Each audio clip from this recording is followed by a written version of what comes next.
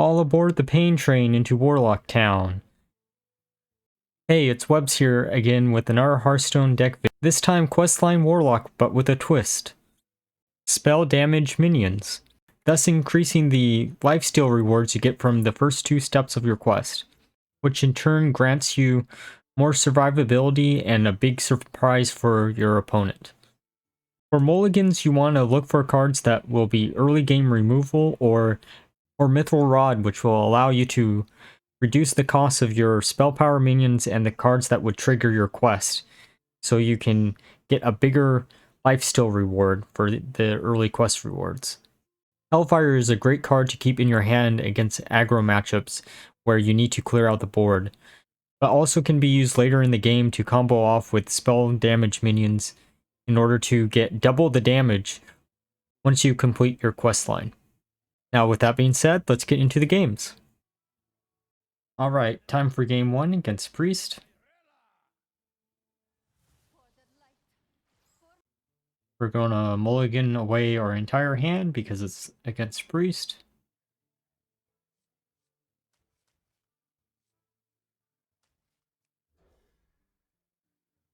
And by entire hand, I mean besides the quest, of course. Because Benedictus didn't trigger, it's probably Questline Priest.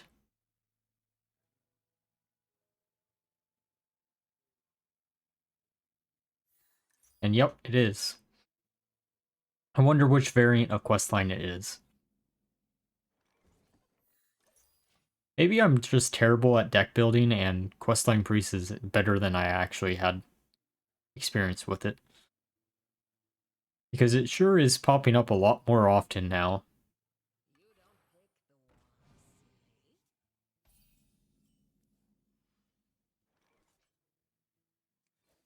Here we're going to hero power. We could have also coined out the Mithril Rod in order to have that out.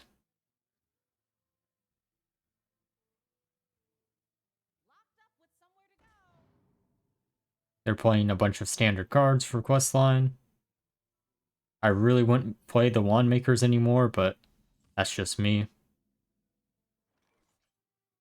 We're just going to use our Mithril Rod.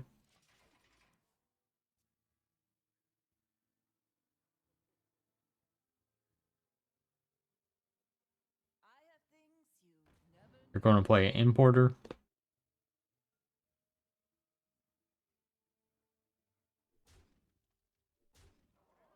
The general core for Questline Priest seems to be the same no matter which deck that you play.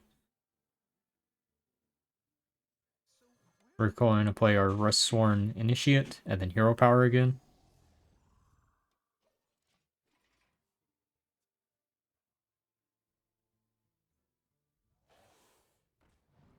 And they destroy our weapon. Who actually plays weapon removal in this meta game? They must be facing a lot of Demon Hunter OTK.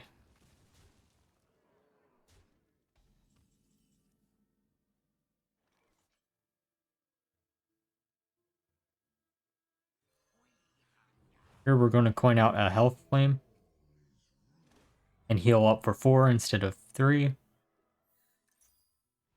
Because technically Blood Mage is still on the board.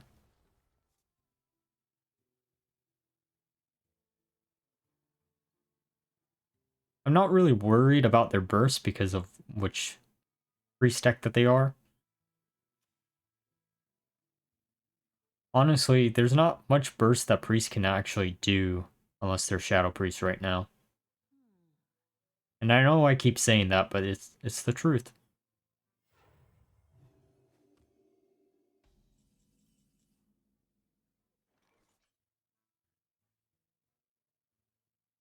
We're going to heal up, then use our hero power.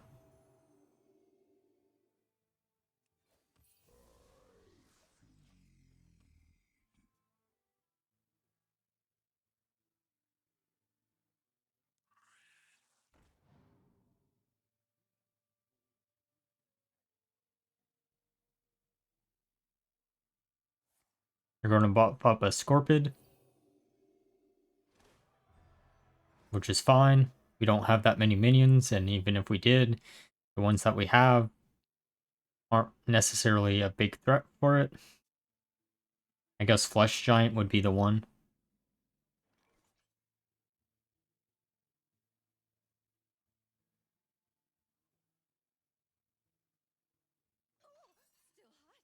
Just going to attack for face. Then play our second rod. What are the chances that they have a nerf Viper to destroy our weapon again?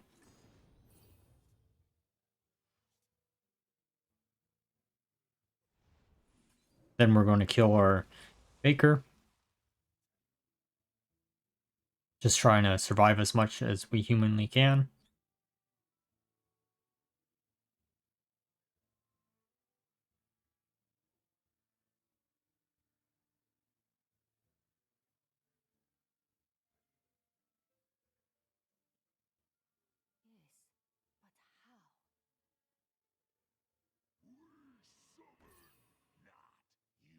They're going to play a Ogremancer. Now that minion could get really tricky really quickly for us. We're actually going to have to deal with that one. Going to play the Soul Rend, which will only kill one minion. And then we're going to play our second Hellflame.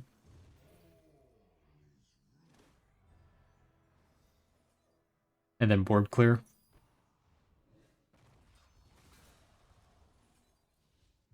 We're going to see what cards we can generate off Raised Dead and see how close we can get to complete our quest without completing it. And we get a bunch of imps, which is great. Especially because we can discount them with our rod.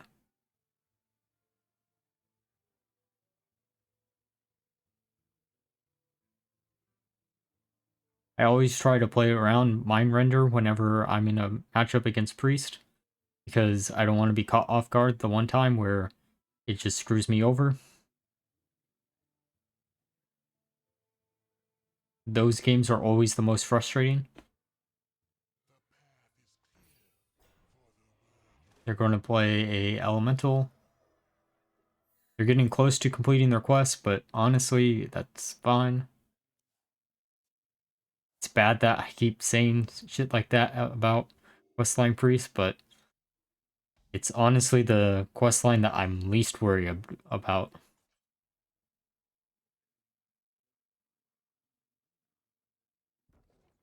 We're going to heal up a bit here. Going to play the Steward of Scrolls and grab a Hellflame. That'll combo off perfectly next turn.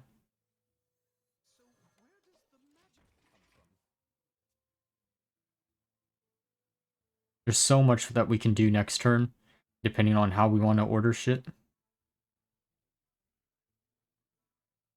And if our opponent is willing to get rid of our minions and such.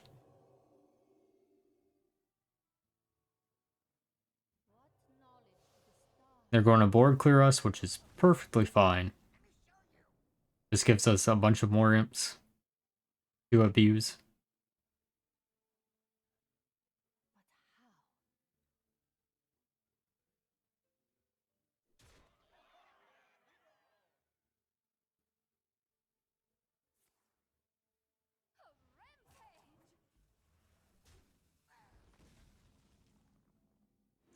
They're going to waste a Hysteria on one of our imps. We'll complete our quest here. Play the quest reward no matter what.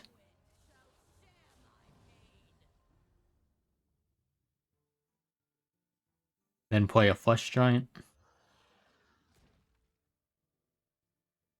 into a Backfire, which will trigger our Rod, which will discount our entire hand. We'll wait till next turn in order to make a big push.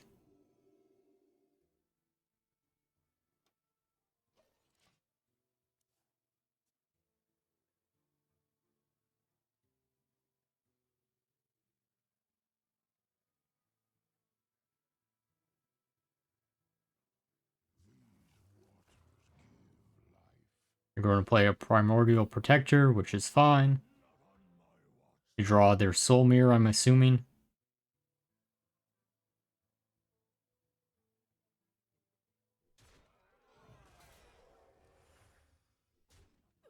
They're going to kill our Flesh Giant, which is fine. Still have a bunch of minions on board.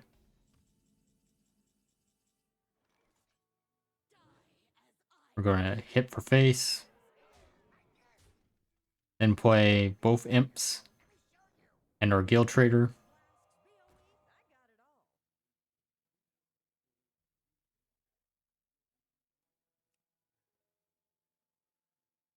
Hero Power. And then kill one of their minions. And then time for the big finisher of a Hellflame that does 16 damage. Alright, time for game 2 after that tremendous win. This time it's going to be against Mage.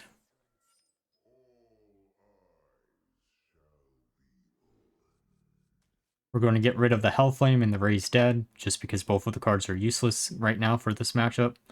Going to draw into a Tour Guide and a Baker. The Baker will actually be really useful, as it'll allow us to heal up once they do a bunch of damage to us.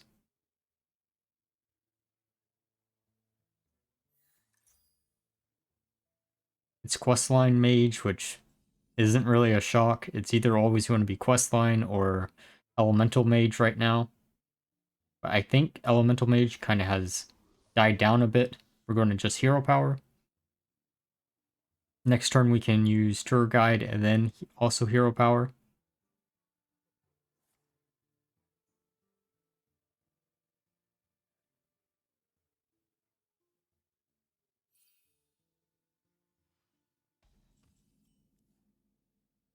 I want to eventually get through all the quest lines, but honestly Mage is kind of the most boring since there's really only one way to build the deck.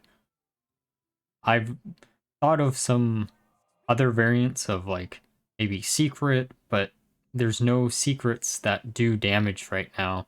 Thus it would be a useless payoff for some type of combination of that deck.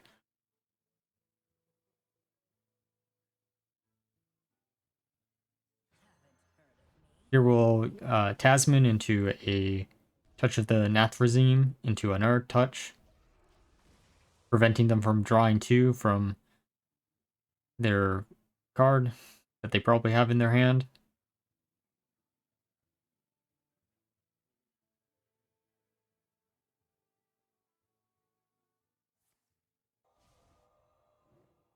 You're going to try to rush out, killing our Tasman, which is fine. She served her purpose in this game. We're just waiting for her big upgraded version to come out.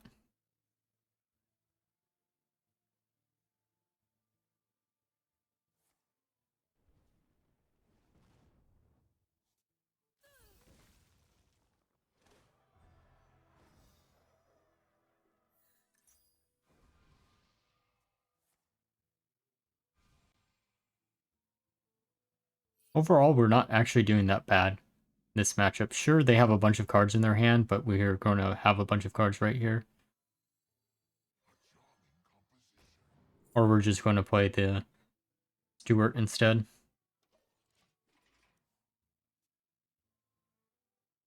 I think the logic behind playing the Stewart first was because I wanted an extra lifesteal out of the quest reward.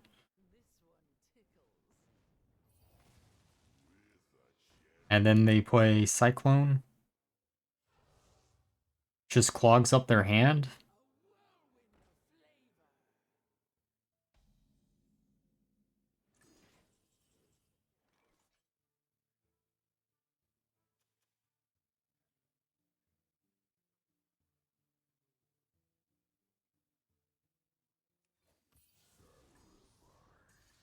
Should have honestly played the Backfire there first.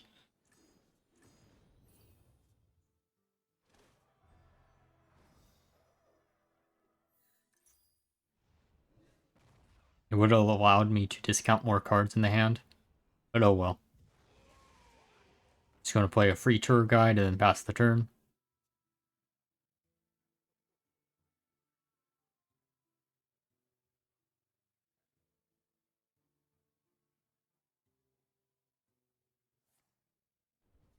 You're going to kill the Tour Guide, of course.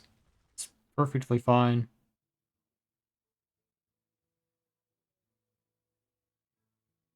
I'm just waiting for them to be able to burst for a bunch of damage.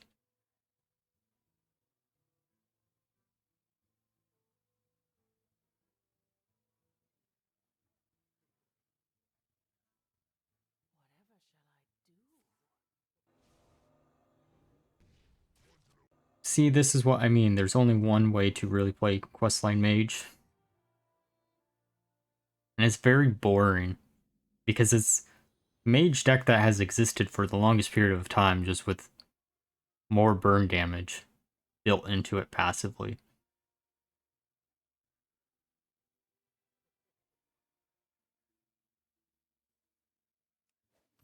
Which is honestly why that'll probably be the very last quest that I'll make a video on. We're going to play a Flesh Guardian and a Tour Guide. We don't want to play too many minions because I know they'll have some type of way to freeze them or kill them. They're going to waste a Fireball on our Flesh Giant. Then they're going to try to discover a spell damage minion. They don't know what they're missing out on in my hand.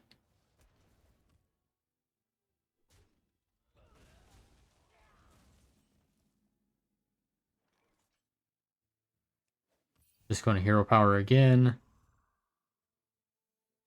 Then play the Steward. Get another unstable Shadow Blast. That'll just be more fuel for our pain train. Complete the second part of our quest. Sure, we're not healing for that much this time around, but something is better than nothing.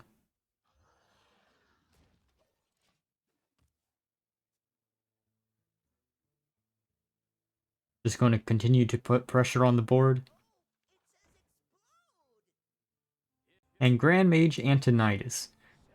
The fact that they randomly generated that card and they don't actually run it is amazing. We're down to 7 HP, which is kind of frightening. But we should be able to heal for a bunch here. And by a bunch, I mean a bunch.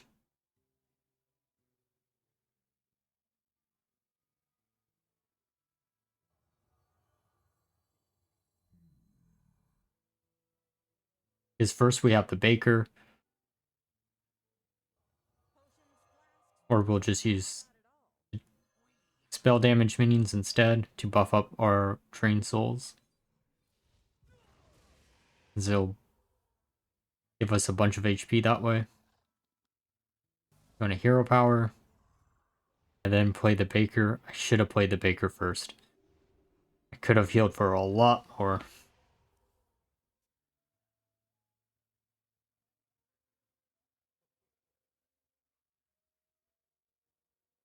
But I've never claimed to be the best Hearthstone player, and I never will claim to be the best Hearthstone player. Because fun is more important to me than being the best.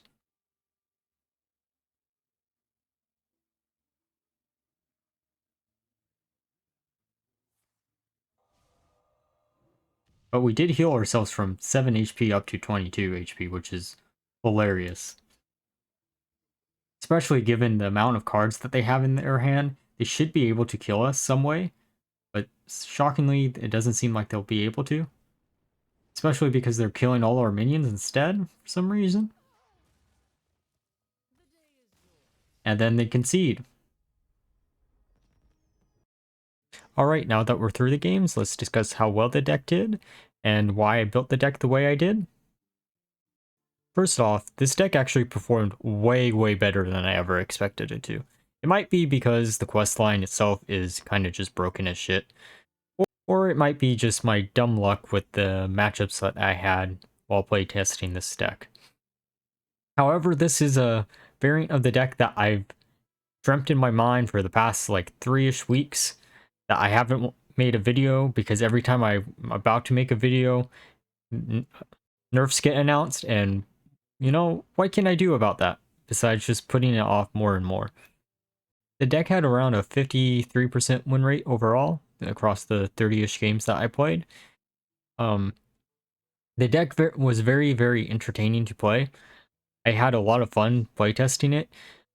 And to be honest, I actually didn't change much over the testing period that I had. There were a few cards here and there that I swapped out, but overall, my first guess was pretty spot on, which is kind of a shock because it never goes that well for me.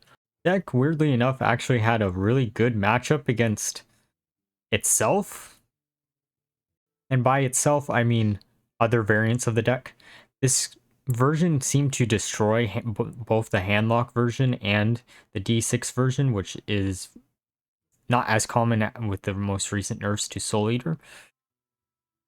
I got so excited with the first game of the deck because I didn't know for a fact that the first couple quest rewards would actually scale off of spell damage. I assumed they would, but since no one really runs spell damage minions in Questline Warlock, I didn't know for a fact that it was going to function the way that I had hoped it would function, but I am grateful that it did. The deck was built in a way where you would maximize the benefits of running spell damage minions, so you would both complete your quest in a timely fashion and be able to do big chunks of damage to your opponent on given turns.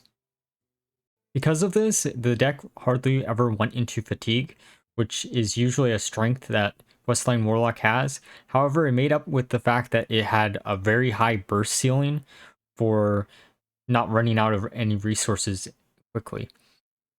The challenge for this deck was to figure out which spell damage minions would be included and which ones would not be. Early on in the testing, I included Ethereal Og Merchant. However, I ended up cutting the card because you don't actually run that many minions, and most of the time, the card was just dead in your hand. Sure, it would have been cool to combo off with Raise Dead, but it ended up just being dead. I replaced it with Rustsworn Initiates because it allowed you to have a 2-cost minion that your opponent most of the time wouldn't want to deal with because they don't want to give you your imp unless they could somehow kill the imp in the same exact turn. And surprisingly, this worked out pretty well. It gave both board presence, and then it also gave you 1 additional spell power on demand whenever you needed to if it was currently on the board and the opponent had some type of minion for you to crash into. Guild Trader could also combo off with Mithril Rod, which allowed you to complete it quicker, and thus discounting all the cards in your hand, and thus allowing you to combo out even more. And after you completed your quest in its totality, and had a bunch of spell power minions, Hellfire was a really funny card to have because it was basically 16 damage to face on a really good big turn. This was actually a card that I had included late game into the deck. Originally, I had been running Demonic Assault instead. However, it didn't really do what I needed it to. It allowed you to stall out the game for a turn, but if your opponent had a bunch of minions on board, you had only one way in the deck to clear them, which was Soul Rend. Thus, I replaced both of them with Hellfire, which honestly, I don't know why I didn't even think about including Hellfire in the initial build of this deck, because this increased my burst by so much once I completed the quest reward. There were a bunch of games where Hellfire just allowed me to steal the game once it was buffed up and I had the quest reward completed. Overall, I wouldn't say any of the cards really felt that awful to use in the deck. They all served their purpose. Sure, I wish there were some better spell damage minions in Standard to make this deck even better, but I think that with the ones that we have access to, the deck still functions pretty damn well, and I really enjoyed my time playing this deck.